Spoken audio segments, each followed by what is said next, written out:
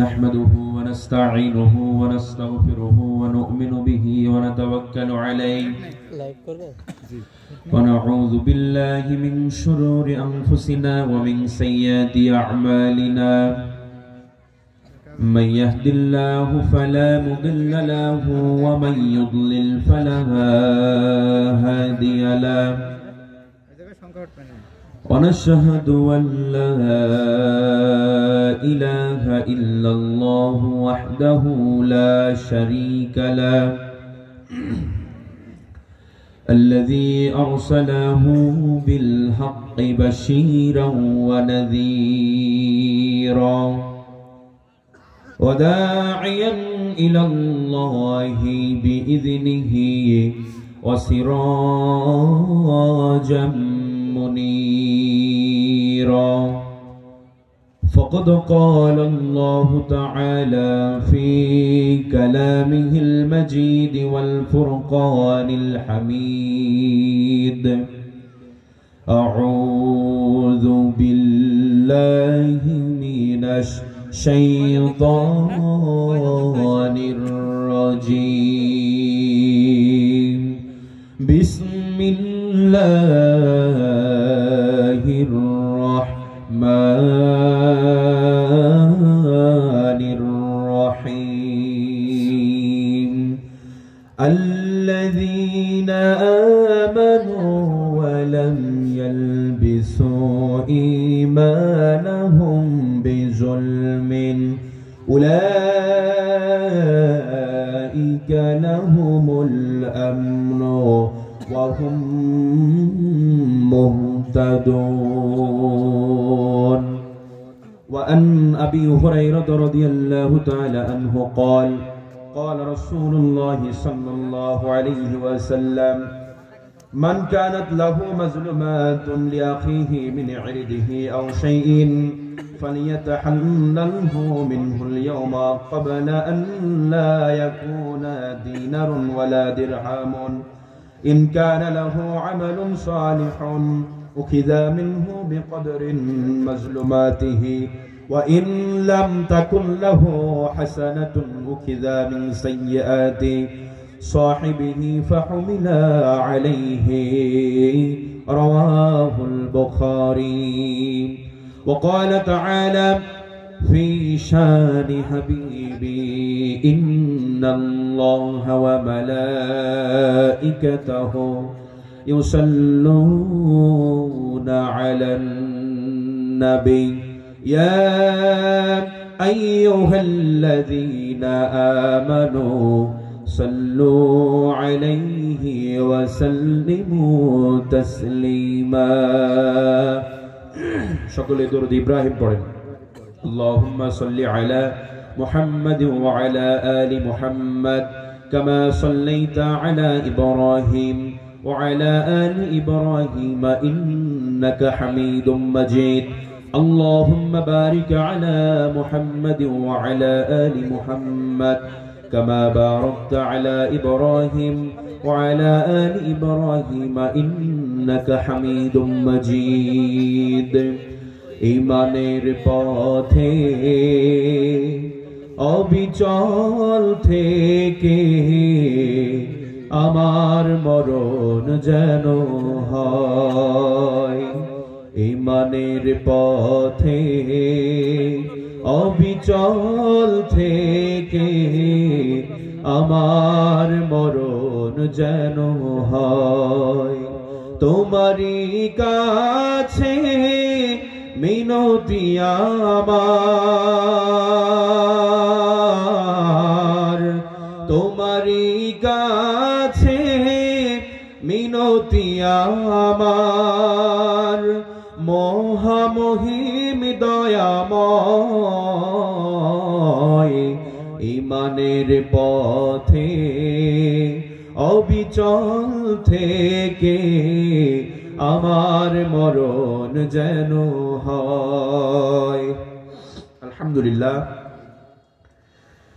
কুষ্টিয়া জেলার ইবি থানার অন্তর্গত কন্দরপদিয়া হাই স্কুল মাঠে মেসার সজীব ফার্মেসি কর্তৃক আয়োজিত আজকের তাফসিরুল কোরআন মাহফিল 2024-এর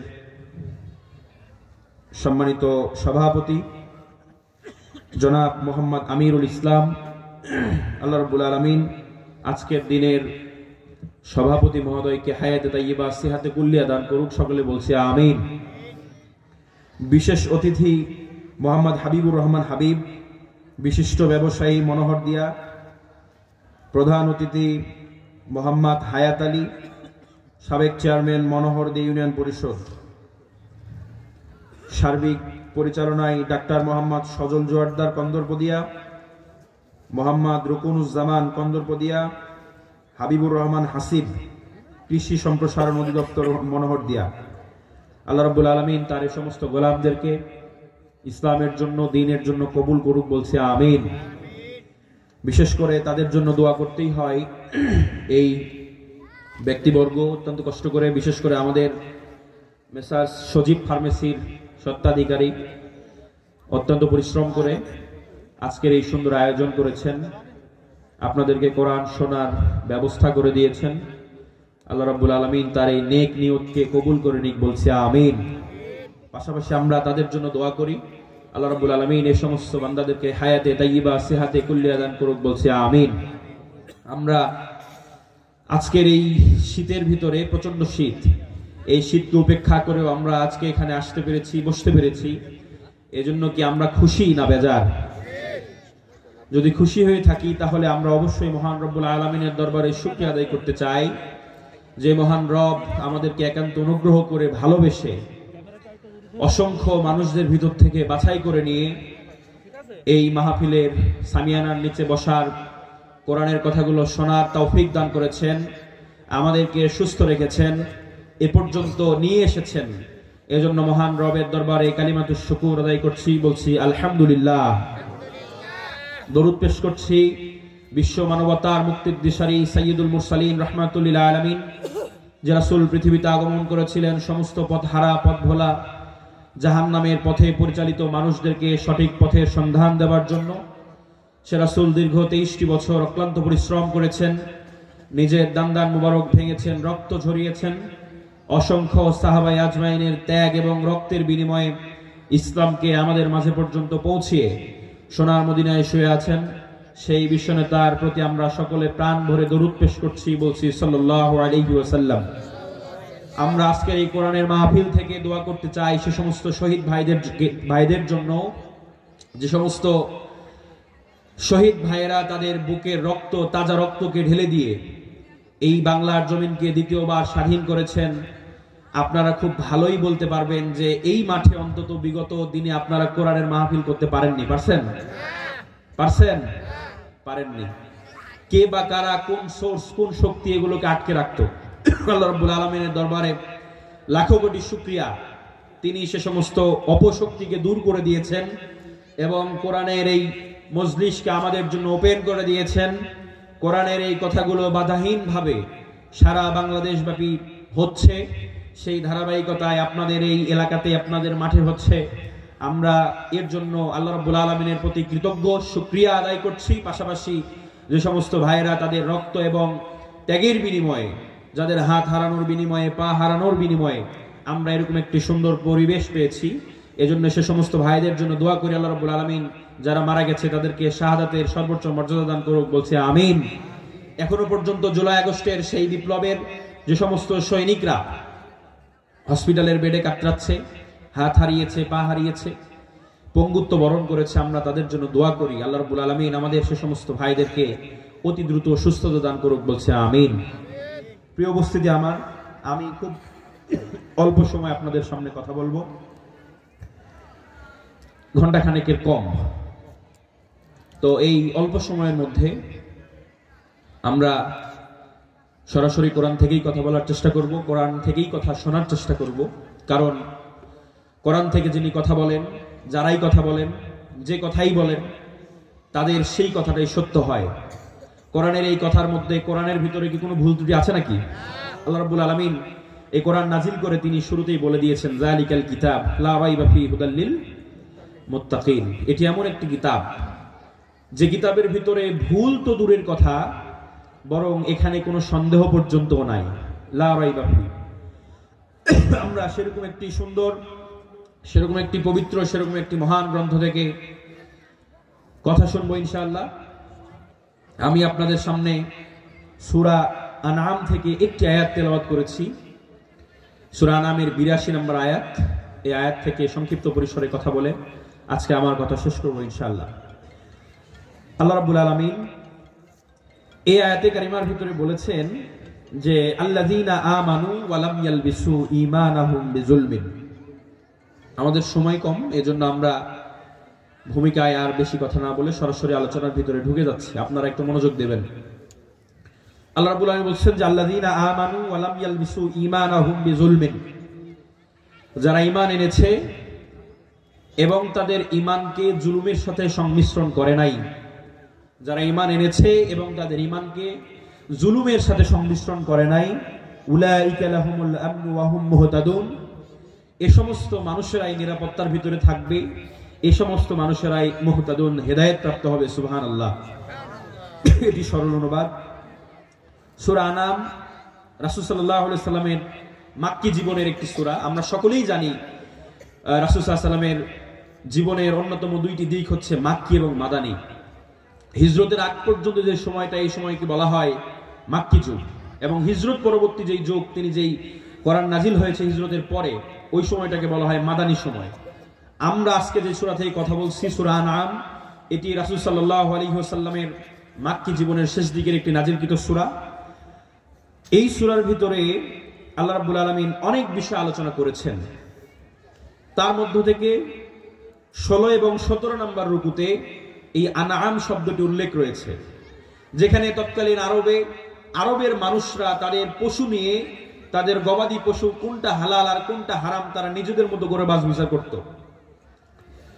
আল্লাহ রাব্বুল আলামিন তাদের সেই মন মতো সমস্যার সমাধান না করে, বরং আল্লাহ রাব্বুল আলামিন কোরআনুল কারীম দিয়ে তিনি হালাল করে দিয়েছেন, তিনি বৈধ করে দিয়েছেন যে কোন প্রাণী হালাল আর কোন প্রাণী হারাম।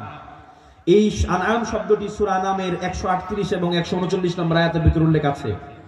তো সেখান থেকে এর নামকরণ করা হয় আনআম।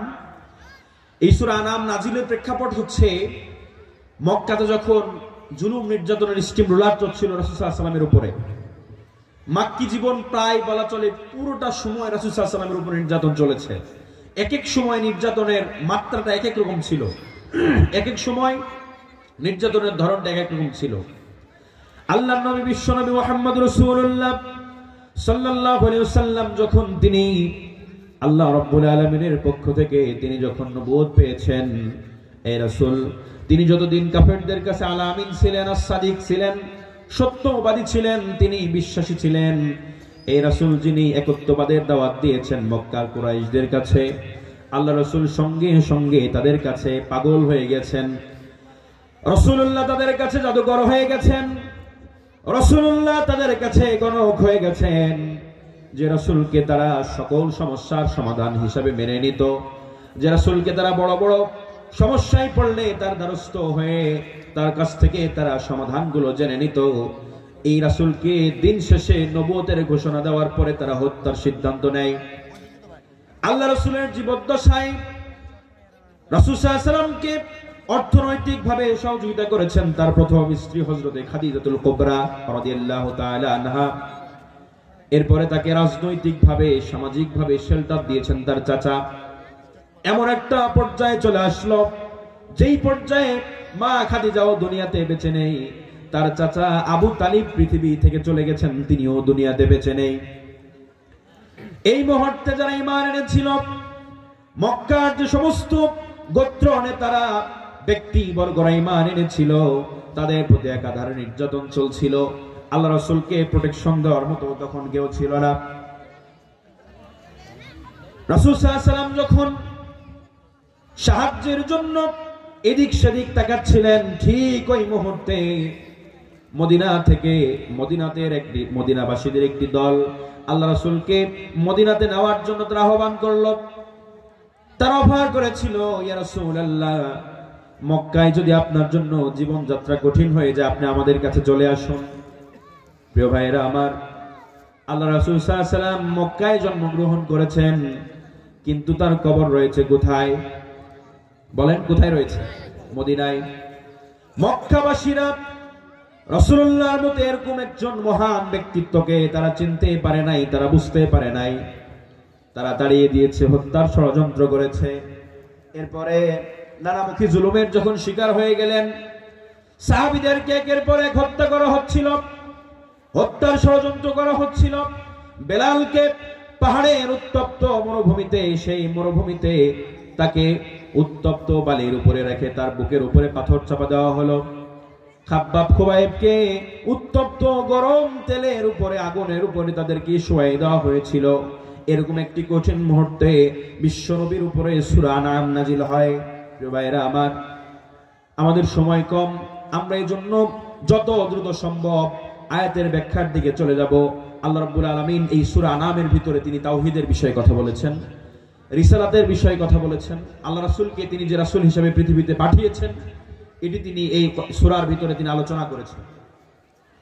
জাহেলি যুগে যত কুসংস্কার ছিল সমস্ত কুসংস্কারগুলোকে ছিন্ন করে দিয়ে এগুলোর সমাধান কি হতে পারে, যৌক্তিক কোন বিষয়গুলো হতে পারে, এগুলো তিনি এই কোরআনের ভিতরে আল্লাহ তাআলা দিয়েছেন।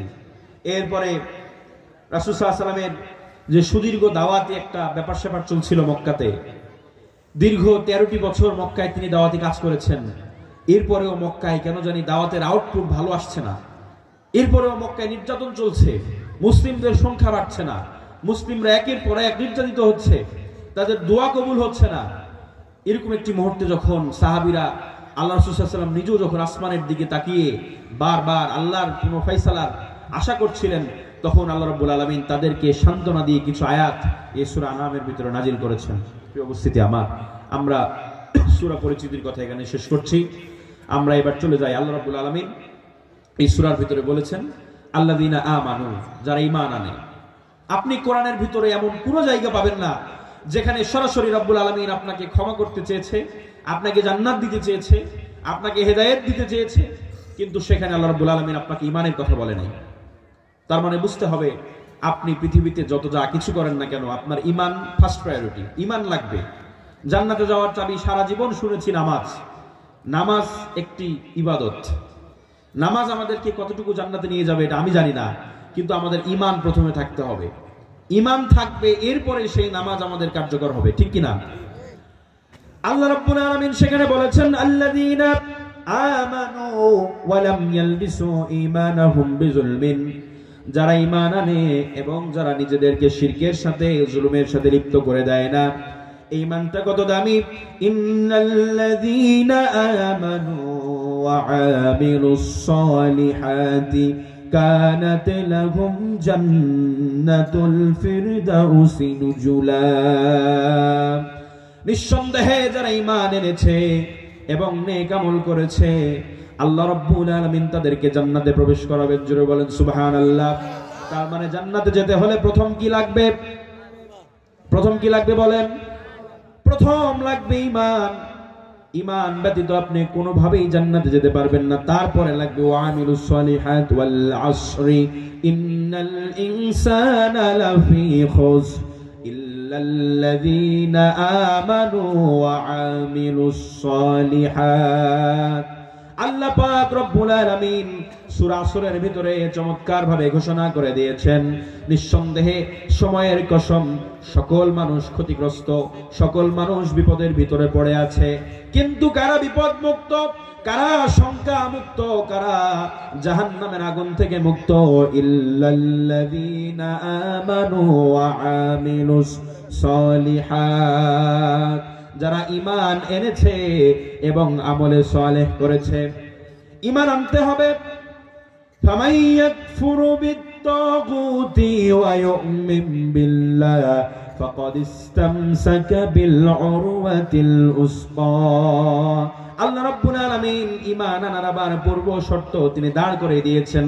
ফামান ইয়াকফুরু বিত-তাগুত ওয়া ইউমিন বিল্লাহ, তোমরা যদি ঈমান আনতে চাও, ঈমান যদি আনতে চাও, জান্নাতে যদি প্রবেশ করতে চাও, তাহলে ঈমান আনার পূর্ব শর্ত প্রথমত তোমাকে তাগুতকে অস্বীকার করতে হবে। জোরে বলেন, কি অস্বীকার করতে হবে? তাগুতকে অস্বীকার করতে হবে। ফামান ইয়াকফুর বিত-তাগুত ওয়া ইউমিন বিল্লাহ, যদি তোমরা তাগুতকে অস্বীকার করতে পারো, তাগুতকে যদি তোমরা বিদায় জানাতে পারো, এরপর যদি তোমরা ঈমান আনতে পারো, তাহলে তোমাদের সেই ঈমান কার্যকর হবে। তাগুত কাকে বলে? আল্লাহ রাব্বুল আলামিনের জমিনে আল্লাহকে মানার জন্য, তার জীবন বিধানকে মানার জন্য, কোরআনকে মানার জন্য, হাদিসকে মানার ক্ষেত্রে মানার ব্যাপারে এই পৃথিবীতে আপনার সামনে যে বাধাগুলো আসবে, যেই প্রতিবন্ধকতাগুলো আসবে, যে সমস্ত জায়গা থেকে, যে সমস্ত মহল থেকে আপনার উপরে বাধা প্রদান করা হবে, দিন সুন্দরভাবে সঠিকভাবে মানতে দেওয়া হবে না, সেটাই হলো তাগুত। প্রিয় উপস্থিতি আমার, ইসলাম আপনি মানবেন, এটা মানতে দিতে চায় না কে বলেন তো? শয়তান। কে দিতে চায় না? শয়তান। কি চায় আপনি 5 ওয়াক্ত নামাজ পড়েন? চাই কখনো? আপনি পৃথিবীতে ভালো কাজ করেন, এটা শয়তান চায়? কখনো চায় না। তার মানে প্রথমেই তাগুত হচ্ছে শয়তান। আপনি যদি ঈমানকে পরিশুদ্ধ করতে চান, ঈমানকে যদি আপনি পাকাপোক্ত করতে চান, তাহলে সর্বপ্রথম আপনাকে এই শয়তানকে অস্বীকার করতে হবে। এক কথায় শুধু শয়তান নয়, এই পৃথিবীতে যত শয়তানি কর্মকাণ্ড আছে, সমস্ত শয়তানি কর্মকাণ্ডকে অস্বীকার করতে হবে। এবং এই সমস্ত শয়তানি কর্মকাণ্ডকে যারা নেতৃত্ব দেয়, মিনাল জিন্নাতি ওয়ান নাস, জিন শয়তান এবং মানুষ শয়তান। জিন শয়তানকে তো আমরা দেখতে পাই না, সহজে দেখতে পাই? জীবন ভরে এখনো পর্যন্ত একটা জিনকে আমরা দেখিনি, আমি দেখিনি, আপনারা হয়তো দেখছেন অনেকে।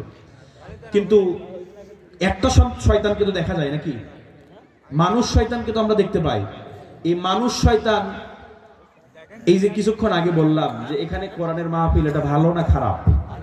তাহলে এখানে যে করতে দেওয়া হতো না, এটা কেন বলেন তো?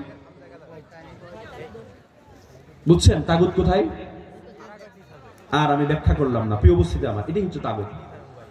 এই কোরআনের মাহফিল করবেন, করতে দিবে না যারা, তাগুত হলো তারা। আপনি আল্লাহর বিধান মানবেন, মানতে দেবে না যারা, তাগুত হলো তারা। আপনি কোরআন মানবেন, কোরআন মানতে দিবে না যারা, তাগুত হলো তারা। তার মানে আপনি যদি ঈমান আনতে চান, সর্বপ্রথম দেখতে হবে এই কোরআন বিদ্বেষী কারা, ইসলাম বিদ্বেষী কারা, আল্লাহর দ্বীনের বিদ্বেষী কারা। এই সমস্ত ব্যক্তিরা তাগুত, এই সমস্ত মানুষরা তাগুত। এদেরকে প্রথমে আপনাকে বর্জন করতে হবে। কোন স্বার্থের কাছে, টাকা পয়সার কাছে বিক্রি না হয়ে, বরং আল্লাহর কাছে একজন নেক বান্দা হওয়ার জন্য এই পৃথিবীর সংক্ষিপ্ত সফর শেষ করে, আল্লাযী খালাকাল মাউতা ওয়াল হায়াতা লিয়াবলুয়াকুম আইয়ুকুম আহসানু আমালা। আল্লাহ পাক বলেন, আমি জীবন এবং মৃত্যুকে, মৃত্যু এবং জীবনকে সৃষ্টি করেছি একটি কারণে, সেটা আমি দেখতে চাই তোমরা কারা উত্তম আমল করতে পারো। সুতরাং আপনি উত্তম আমল করার জন্য ব্যস্ত থাকবেন, আল্লাহকে সন্তুষ্ট করার জন্য ব্যস্ত থাকবেন। পক্ষান্তরে কোন ব্যক্তি, কোন নেতা কি বলেছে, কোন তাগুত শক্তি কি বলল, এইটা দেখার কি সময় আছে বলেন? এইটা দেখার কোনো সময় নাই। এই জন্য ঈমান আনতে হলে প্রথমে তাগুতকে স্বীকার করতে হবে, এরপর ঈমান আনতে হবে। এই ঈমান আনতে হবে শিরক মুক্ত ভাবে। সামনে আমরা সে আলোচনা করব। আল্লাহ রাব্বুল আলামিন সেখানে বলেছেন যে যারা ঈমান এনেছে এবং নিজেদের ঈমানকে জুলুমের সঙ্গে সংশ্লিষ্ট করে নাই, তার মানে ঈমান এনেছেন, এই ঈমানকে অনেক মানুষ ঈমান আনার পরে জুলুম দিয়ে কলুষিত করে ফেলেনি। ঈমানদার কিন্তু জুলুমের সাথে সম্পৃক্ত, আছে না নাই? ঈমানদার ব্যক্তি কিন্তু জালেম, আছে না নাই? একটু আওয়াজ দিবেন। শীত লাগে নাকি আপনাদেরকে? শীত তো আমার অনেক বেশি লাগে। প্রিয় উপস্থিতি আমার, আছে না আমাদের দেশে যে হাজী সাহেব মক্কাতে গিয়ে হজ করে, আবার বাংলাদেশে এসে ইসলামকে নিশ্চিহ্ন করার জন্য ষড়যন্ত্র করে, আছে না নাই? তাহলে তারা ঈমানদার কিনা বলেন? আল্লাহ পাক তাদের কথা বলছেন যে আল্লাযীনা আমানু ওয়া লাম ইয়ালবিসু ঈমানুহুম বিজুলমিন।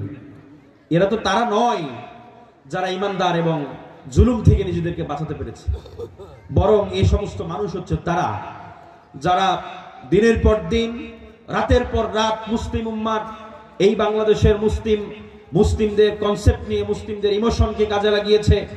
দিনের বেলা মুসলমানদের পক্ষে স্লোগান দিয়েছে, রাতের বেলা এই মুসলমানদের মুসলমানিত্বকে ধ্বংস করার জন্য কাজ করেছে। প্রিয় উপস্থিতি আমার, তাহলে এই সমস্ত মানুষরা তারা কোথায় যাবে? আল্লাহ পাক কি কথা বলছেন? যারা ঈমান এনেছে এবং ঈমানকে জুলুম থেকে বাঁচাতে পেরেছে। আমরা কি পেরেছি? কত বড় বড় মানুষ, কত দানশীল ব্যক্তি, সমাজপতি, রাষ্ট্রপতি, রাষ্ট্রনেতা, প্রধানমন্ত্রী, এমপি, চেয়ারম্যান, নামের আগে মোহাম্মদ লেখা আছে, মুসলিম ঘরে তার জন্ম হয়েছে, সবকিছু ঠিক আছে, কিন্তু সে নিজেকে জুলুম থেকে বাঁচাতে পারে নাই। বাংলাদেশের ইতিহাসে কখনো এরকম হয় নাই, পৃথিবীর ইতিহাসে কখনো এরকম হয় নাই যে জুলুম করার কারণে জুলুমকারীদেরকে এভাবে পালাতে হয়েছে। তার মানে তারা ইমানদার ছিল। প্রত্যেকটা জেলাতে, উপজেলাতে মসজিদ বানানো হয়েছে, মসজিদের পিছনে তারা খরচ করেছে, মাদ্রাসার জন্য খরচ করেছে, ইসলামের জন্য ব্যয় করেছে, সবকিছু করেছে। পক্ষান্তরে তারা ইসলামকে বাস দেওয়ার জন্য তাদের সর্বোচ্চ দিয়ে চেষ্টা করেছে। প্রিয় উপস্থিতি আমার, এদিকে নজর দেন বাবলু ভাই। প্রিয় উপস্থিতি আমার, তাহলে ঈমান আনতে হবে, আর এই ঈমানকে জুলুম মুক্ত রাখতে হবে। যদি আমরা এই ঈমানকে জুলুম মুক্ত রাখতে না পারি, তাহলে আল্লাহ পাক বলেছেন আমনু, সেখানে নিরাপত্তার কথা বলেছেন, এবং মুহতাদুন, সেখানে হেদায়েতের কথা বলেছেন। কখনো কোনো অবস্থাতেই তারা শান্তি, নিরাপত্তা, হেদায়েত পাবে না। প্রিয় উপস্থিতি আমার, আজকের মাহফিলের সম্মানিত বিশেষ অতিথি মোহাম্মদ আশরাফুল ইসলাম বাবলু, সাবেক থানা আমির, ইসলামী বিশ্ববিদ্যালয় থানা, ইবি থানা, তিনি আমাদের প্যান্ডেলের মাহফিলে এসেছেন। আমরা মাহফিলের পক্ষ থেকে সম্মানিত বিশেষ অতিথিকে আন্তরিক অভিনন্দন জানাচ্ছি, ওয়েলকাম জানাচ্ছি। আসন গ্রহণ করার জন্য অনুরোধ করছি। প্রিয় উপস্থিতি আমার, আমরা সকলেই নিজ নিজ জায়গায় বসে পড়ি, নিজ নিজ জায়গায় বসে পড়ি। আমি আপনাদের জন্য অনেক স্বপ্ন নিয়ে এখানে এসেছি, কষ্ট করে একটু নোট করছিলাম কথা বলার জন্য, কিন্তু আমি পেছনের বেশ কয়েকদিন থেকে অসুস্থতার কারণে আমি ভালোভাবে কথা বলতে পারতেছি না। আমার বুক মনে হচ্ছে জ্যাম হয়ে গেছে আর কি। আর এই যে শীত। প্রিয় উপস্থিতি আমার, আপনারা বসে পড়ুন। ওয়াইদা কুরিয়াল কুরআনু ফাসতামিউ লাহু ওয়া আনসিতু লাআল্লাকুম তুরহামুন। আল্লাহ পাক কোরআনুল কারীমের ভিতরে বলেছেন, যেখানে কোরআন বলা হয়, কোরআন শোনানো হয়, সেখানে তোমরা চুপচাপ বসে থাকো এবং কোরআনের কথাগুলো মনোযোগ দিয়ে শোনো, তাহলে আশা করা যায় লাআল্লাকুম তুরহামুন, তোমাদের উপর আল্লাহর রহমত বর্ষিত হবে। আমরা আল্লাহ রাব্বুল আলামিনের পক্ষ থেকে রহমত পাবো। সেই রহমত প্রত্যাশী হয়ে আমরা কোরআনের সম্মান রক্ষার্থে আমরা সকলে দাঁড়িয়ে না থেকে, প্রিয় ভাইরা আমার, বরং বাইরে শীত, বাইরে কুয়াশা পড়ছে, যদি সুযোগ হয় তাহলে ভিতরে বসে পড়ে আমরা অল্প সময়ের মধ্যে শেষ করে দেবো ইনশাআল্লাহ। এরপরে প্রধান মেহমান আসবে। তাহলে বলছিলাম যে হ্যাঁ, কে যেন আমাদের আরেকজন বিশেষ অতিথি আগমন করছেন, মোহাম্মদ হাবিবুর রহমান হাবিব, বিশিষ্ট ব্যবসায়ী মনোহর দিয়ে। আমরা সম্মানিত বিশেষ অতিথিকে আমাদের মাহফিলের পক্ষ থেকে ওয়েলকাম জানাচ্ছি। প্রিয় উপস্থিতি আমার, আমি মূলত আজকে কথা বলতে যে বিষয় কি নির্দিষ্ট করেছি, আমাদের আলোচনার বিষয় হচ্ছে জুলুম। আমরা অসংখ্যভাবে জুলুম করে থাকি। প্রথমত যে আয়াত তেলাওয়াত করেছি সূরা নামলের, এর ভিতরে যে জুলুম শব্দটি উল্লেখ আছে, এই জুলুম শব্দটি আল্লাহ পাক শিরকের দিকে ইঙ্গিত করেছেন। আমাদেরকে শিরক থেকে বিরত থাকতে হবে। যদি পারি তাহলে ইমানদার হিসাবে সর্বপ্রথম নিজেরা জুলুম মুক্ত থাকতে পারবো। এই শিরকের যে অবস্থা বর্তমান বাংলাদেশে, আমরা চিন্তা করতে পারবো না, ঘরে ঘরে মুসলিমদের রন্ধ্রে রন্ধ্রে শিরকের সেই ভয়ালো শিকড় আজকে গেড়ে বসেছে। এজন্য আমরা প্রথম জুলুম হচ্ছে শিরক। ঈমান এনেছি, কিন্তু এই ঈমানের ভিতরে কোন অবস্থাতে যেন শিরক বাসা বাঁধতে না পারে। যদি ঈমানের সাথে শিরক মিশ্রিত হয়ে যায় কোনোভাবে, যদি কোনোভাবে ঈমানের সাথে একবার শিরক মিশ্রিত হয়ে যায়, তাহলে এই যে এখানে বলা হয়েছে যে ওয়ালাম ইয়ালবিসু ঈমানুহুম বিজুলমিন, যারা ঈমানের সাথে জুলুমকে সংমিশ্রণ করে নাই, আল্লাহ পাক বললেন, কিন্তু আমরা শিরক করার কারণে আল্লাহর এই বক্তব্যের বিপরীতে গিয়ে শিরক করে বসলে ঈমানের সঙ্গে জুলুম হবে কি হবে না বলেন তো? আল্লাহ রাব্বুল আলামিন বলছেন, কুল তাআলাউ আতলু মা হাররামা রাব্বুকুম আলাইকুম আল্লা তুশরিকু বিহি শাইআ। তোমাদের প্রতিপালক তোমাদের জন্য এমন কিছু তিনি পড়ে শোনাতে চান, তেলাওয়াত করে শোনাতে চান, সেটা হলো এই যে তোমরা শিরিক করো না। এই বক্তব্য কার? আল্লাহ পাক বলছেন, তিনি তোমাদেরকে এই কথাটা শোনাই দিতে চান, তিনি তোমাদেরকে এই বক্তব্য পড়ে দিতে চান, তোমাদেরকে তেলাওয়াত করে বলে দিতে চান। সেটি কি আল্লাহ তুশরিকু বিহি শাইআ, তোমরা কোনো অবস্থাতেই জীবনে যেরকম পরিস্থিতি আসুক না কেন তোমরা কখনো শিরিক করবে না। এবং এই শিরকের গুনাহ অত্যন্ত ভয়াবহ, আল্লাহ পাক বলছেন কি ইন্নাল্লাহা লা ইয়াগফিরু আন ইউশরাকা বিহি ওয়া ইয়াগফিরু মা দুনা যালিকা লিমান ইয়াশাউ ওয়া মান ইউশরিক বিল্লাহ ফাকাদ দাল্লা দালালাম বাঈদা। নিশ্চয় আল্লাহ রাব্বুল আলামিন সকল প্রকার গুনাহ ক্ষমা করবেন তিনি চাইলে, কিন্তু ইন্নাল্লাহা লা ইয়াগফিরু আন ইউশরাকা বিহি, আল্লাহ পাক যদি বান্দার একটি অপরাধ ক্ষমা না করেন, যদি আল্লাহ পাক ঘোষণা দিয়ে দেন আমি তোর সব অপরাধ ক্ষমা করে দিব, তবে একটি অপরাধ ক্ষমা করব না, তোর অপরাধের তালিকায় অসংখ্য অপরাধ রয়েছে। ইকরা কিতাবাকা কাফা বিনাফসিকাল ইয়াওমা আলাইকা হাসিব,